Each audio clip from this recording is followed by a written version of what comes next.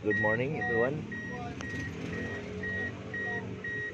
Toyota Altis replacing an alarm on Toyota Altis.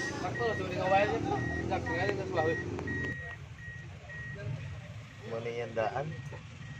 Pull out. Tulian sa bago. Universal board. Pero dirita maglinya sa yung original na plaster. Diri siya.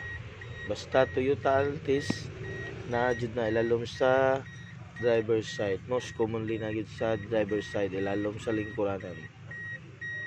So taod ta diri may mga wirings dari nanay. So wala ang plaster dito. Dili ta dia layo.